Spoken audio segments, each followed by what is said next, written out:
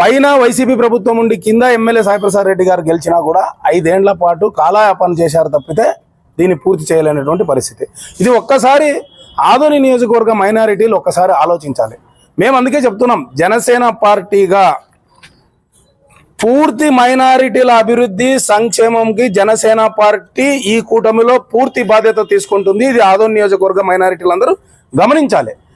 మైనారిటీలే కాదు, SC ST BC ఎవరైనా కూడా ఇది ఒక కూటమి.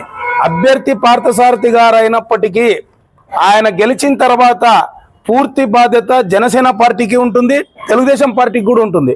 మేము జనసేన పార్టీగా ఆదోని నియోజకవర్గ మైనారిటీలకు కానీ ఎస్సీ ఎస్టీలకు కానీ బీసీలకు కానీ చెప్పేది ఒకటే, ఇటువంటి పెండింగ్ ఉన్నటువంటి ఏ సమస్యను కూడా మేము కాలయాపన చేయకోకుండా మా ప్రభుత్వం పైన వచ్చి ఇక్కడ పార్థసారథి గారు గెలిచిన వెంటనే కేవలం సంవత్సరం లోపలే ఈ షాదీఖానాన్ని పూర్తి చేసి పేద మైనారిటీలకు అందిస్తామని కూడా ఈ మీడియా ముఖంగా మేము తెలియజేసుకుంటున్నాం. అందుకే మైనారిటీలు కూడా ఒక్కసారి ఆలోచించాలి. ఇంత కాలయాపన జరుగుతూ ఉంది మీ విషయంలో, కేవలం మీ పెదాలకు తేనె రాసేటువంటి ప్రయత్నమే వైసీపీ పార్టీ ఎమ్మెల్యే గారు చేస్తున్నారు. దయచేసి మీరు ఒక్కసారి ఆలోచించండి.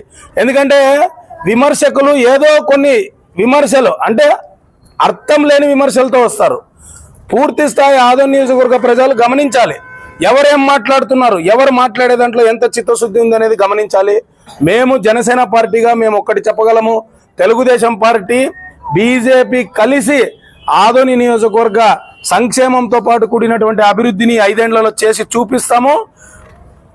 ప్రభుత్వం ఏర్పడిన సంవత్సరం లోపలే, పార్థసారథి గారు గెలిచినటువంటి సంవత్సరం లోపలే ఈ మైనారిటీ షాదీఖానాన్ని పూర్తి చేసి మైనారిటీలకు అందిస్తామని ఈ మీడియా ముఖంగా తెలియజేసుకుంటూ సెలవు తీసుకుంటున్నాను. Thank you.